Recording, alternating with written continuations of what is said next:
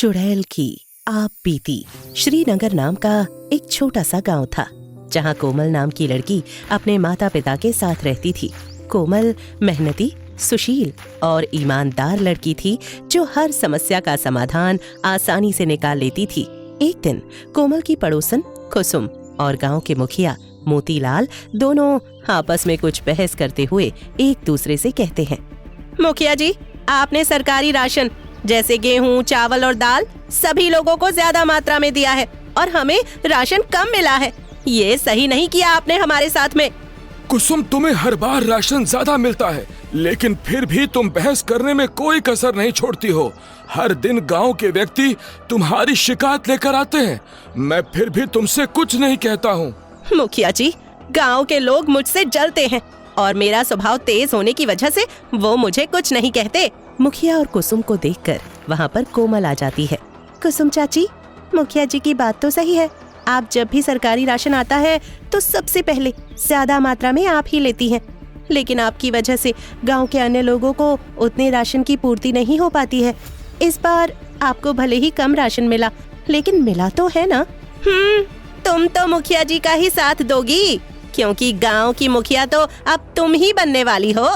मुझसे छोटी होकर अब तुम मुझे सिखाओगी कि मेरे लिए क्या बेहतर है और क्या नहीं। जितनी उम्र छोटी है उतनी बातें तीखी करती हो।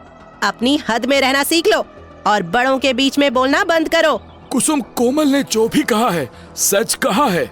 गांव के लोग तुमसे जलते हैं या डरते हैं, तुम्हारी बातें तो मेरे समझ से बाहर हैं। जितना राशन मिलता है उसी में गुजारा करना सीखो।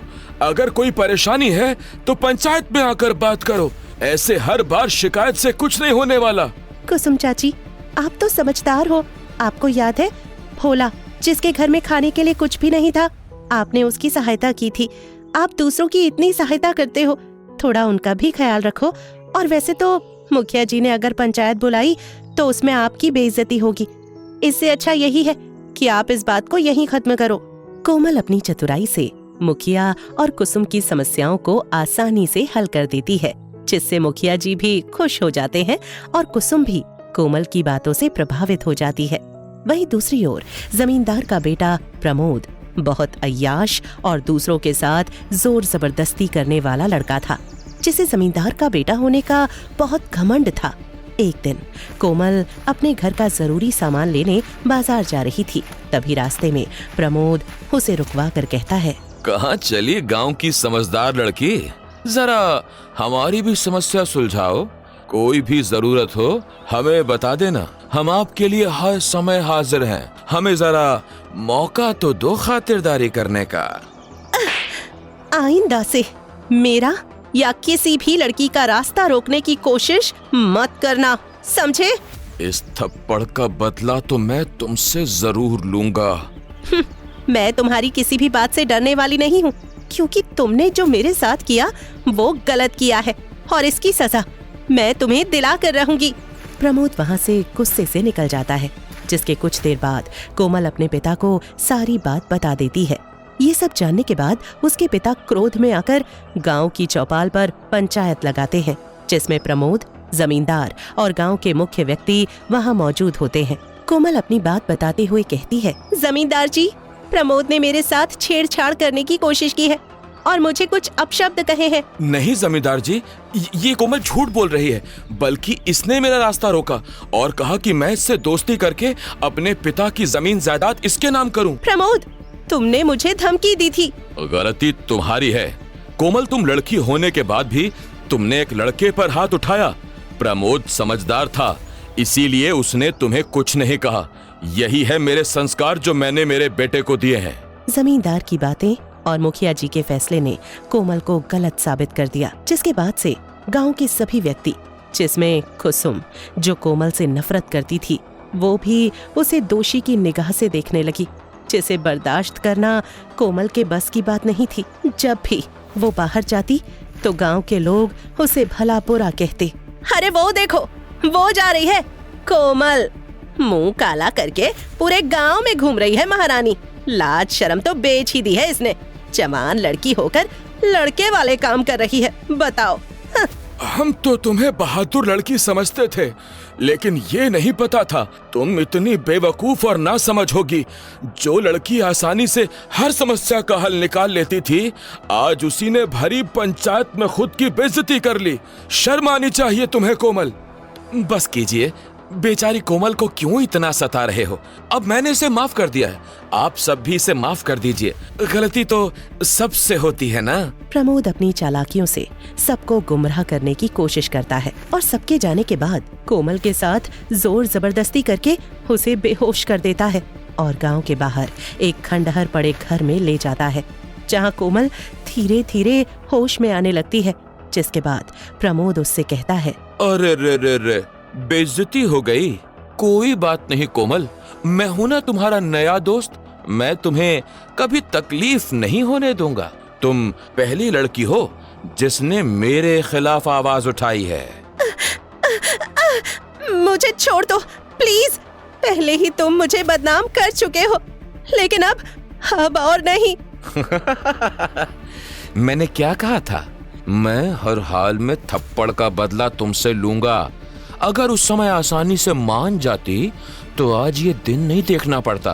प्रमोद फिर से कोमल के साथ जबरदस्ती करने की कोशिश करके उसे सबकी नजरों में गिराना चाहता था। इससे पहले कोमल खुद के बचाव के लिए कुछ करती, उससे पहले ही प्रमोद ने तेजी से चिल्लाना शुरू कर दिया। प्रमोद, क्यों कर रहे हो तुम मेरे साथ ऐसा? प्लीज मुझे छोड़ दो। मैं तुम्हारे आगे विनती करती हूँ, मुझे ऐसे बदनाम मत करो, वरना मेरा परिवार जीते जी मर जाएगा। वैसे ही गांव वालों ने हमारा जीना मुश्किल कर रखा है। अभी तो और मजा आने वाला है, क्योंकि तुम्हें मेरे बदले की सजा जो मिलने वाली है। अब देखो गांव वाले तुम्हारा क्या हाल करते हैं। बचाओ, ये कोमल मुझे मार डालेगी। इसने मुझे जबरदस्ती कैद करके रखा है। बचाओ मुझे, कोई है मेरे आसपास, मेरी सहायता करो। प्रमोद की आवाज सुनकर गांव के व्यक्ति वहां मौजूद हो गए और प्रमोद को ऐसी हालत में देखकर कोमल को फिर से खरी खोटी सुनाने लगे। इस बार कोमल खुद अपनी नजरों में इतनी गिर चुकी थी कि उसने उसी रात अपने आप को खत्म करने का फैसला ले लिया। जिससे पहले वो खत लिखकर कहती है, माँ और पिताजी, मुझे माफ कर देना। आपकी ये बहादुर बेटी खुद की लड़ाई नहीं लड़ पाई। इस वक्त मुझ पर जो बीत रही है उसे मैं ही समझ सकती हूँ, लेकिन मैं आपका नाम और खराब नहीं करना चाहती। आपकी लाडली बेटी कोमल। कोमल ने आखिरी खत अपने पिता को लिखा, जिसके बाद उसने उसी खंडहर की छत पर जाकर वहां से नीचे छलांग लगा दी, जिससे उसकी उसी समय मृत्यु हो गई। कोमल के मरने के बाद गांव वालों ने फिर भी उसके बारे में गलत बोलना बंद नहीं किया। देखो तो जरा, बेटी को मरे हुए ज्यादा दिन भी नहीं हुए और पिता को कोई गम पछतावा भी नहीं।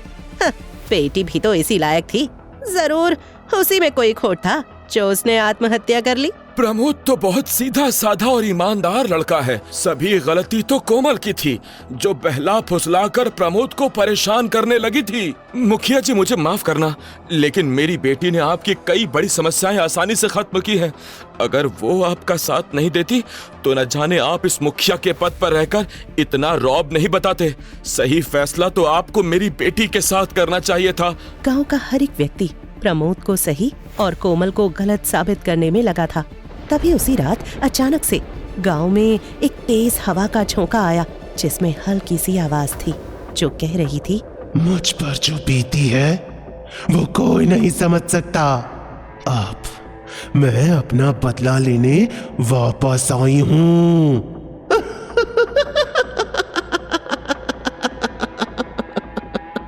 ये हल्की सी आवाज गांव के सभी घरों में गूंज रही थी, जिसे सुनकर गांव के व्यक्ति नजरअंदाज कर देते हैं। लेकिन जमींदार के घर अचानक से प्रमोद के रूम का सामान गिरने लगता है और दीवारों पर खून से रंगे हाथ छपने लगते हैं, जिन्हें देखकर प्रमोद डरते हुए कहता है, कौन है वहाँ? सामने आओ। मैं अगर सामने आई तो तू मुझे देख नहीं पाएगा। तुझे लड़कियों से दोस्ती करना बहुत अच्छा लगता है ना? हाँ, मैं तो एक चुड़ैल हूँ। हाँ, मुझसे दोस्ती कर? हाँ? अभी तो इस गांव के हर एक व्यक्ति से मुझे हिसाब लेना है। मुझे छोड़ दो। मुझे नहीं करनी किसी से दोस्ती वोस्ती। मुझे छोड़ दो। तेरी मौत तेरे पास आ गई है, क्योंकि तूने एक कमजोर लड़की को अपना शिकार बनाया। मैं तुझे नहीं छोड़ूंगी। इतना कहकर वो चुड़ैल वहां से चली जाती है, जिसके बाद प्रमोद जमींदार और गांव के व्यक्तियों को समझाता रहा कि चुड़ैल गांव में आई है, लेकिन उसकी बात पर किसी ने भरोसा नहीं किया। लेकिन रात के अंधेरे में एक साया कुसुम के घर में जा रहा था, और अंदर जाते ही वो साया एक चुड़ैल में बदल गया, जो खून से लथपथ कोमल चुड़ैल बन गई थी, जिसे देखकर कुसुम कहती है, चुड़ैल कोमल, मैंने तेरा क्या बिगाड़ा है? मुझे छोड़ दे बेटा। ऐसे कैसे छोड़ दूं तुझे? मुझे गलत साबित करने में तूने कोई कसर नहीं छोड़ी थी। फिर अब मैं क्यों तुझे छोड़ दूं? मैं क्यों तुझ पर तरस खाऊं? तुम सब मुझे खरी खोटी सुना रहे थे, लेकिन किसी ने ये नहीं सोचा कि मेरे दिल पर क्या बीतेगी। तू सभी को गलत नजरों से देखती है। क्यों ना मैं तेरी आंखें ही निकाल दूं? हाँ? इतना बोलकर चुड़ैल ने अपने तेज धारदार नाखूनों से कुसुम के चेहरे पर हमला किया। उसकी हालत ऐसी कर दी कि वो किसी को भी अपना दर्द बता तक नहीं पा रही थी। चुड़ैल का डर अब सभी के दिलों में बैठ चुका था। अब चुड़ैल के आखिरी 2 दुश्मन बचे थे, प्रमोद और जमींदार। चुड़ैल ने प्रमोद को उसी खंडहर घर में ले जाकर उसे कई बार उसी की छत से नीचे गिराया, जिससे प्रमोद की हालत इतनी खराब हो गई कि वो चुड़ैल से गिड़गिड़ाकर माफी मांगने लगा। मुझे छोड़ दो प्लीज। मैं किसी भी लड़की के साथ जोर जबरदस्ती नहीं करूंगा। मैं तुम्हारे आगे हाथ जोड़ता हूँ, छोड़ दो। याद कर वो समय जब मैं भी तेरे सामने ऐसे ही गिड़गिड़ाकर आजाद होने की भीख मांग रही थी। लेकिन चुड़ैल बनने के बाद मैं बहुत कुछ कर सकती हूँ।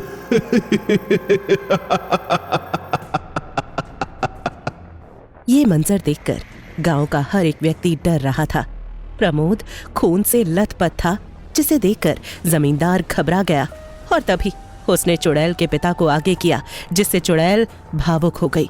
जमींदार ने गांव के लोगों को सारी सच्चाई बता दी और कहा, रुक जाओ चुड़ैल, मैं हूं तुम्हारा दोषी।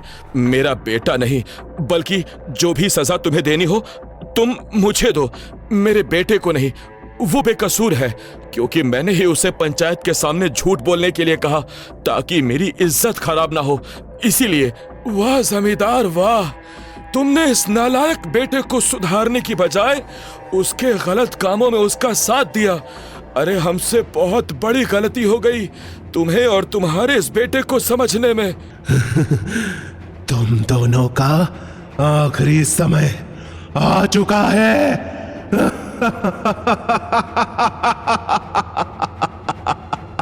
सच्चाई जानकर सब हैरान थे। सबकी आंखों में शर्मिंदगी थी, जिसके बाद चुड़ैल के पिता ने भावुक होकर उससे कहा, मुझे माफ कर दो बेटी, मैं तुम्हारे लिए कुछ नहीं कर पाया। तुम्हारा खत पढ़ने में मैंने देरी कर दी। पिताजी, एक चुड़ैल की आप बीती सिर्फ वही समझ सकती है, लेकिन अब ऐसा नहीं होगा।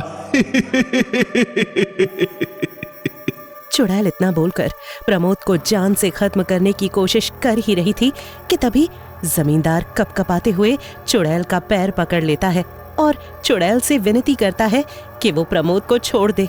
एक पिता की तड़प देखकर चुड़ैल को जमींदार पर तरस आ जाता है और वो उसे छोड़ देती है, जिसके बाद प्रमोद उस गांव को छोड़कर हमेशा के लिए चला जाता है। और वक्त के साथ गांव में काफी बदलाव आ जाता है और कोमल के परिवार को फिर से सम्मान मिलने लगता है, जिसके बाद चुड़ैल को हमेशा के लिए मुक्ति मिल जाती है। और चुड़ैल की आपबीती से लोगों को एक सीख मिलती है। सीख, हमें इस कहानी से ये सीख मिलती है कि हमें किसी को गलत साबित करने से पहले उसकी गलती की जांच पड़ताल करनी चाहिए, क्योंकि एक व्यक्ति पर जो बीत रही होती है उसे और कोई नहीं समझ सकता।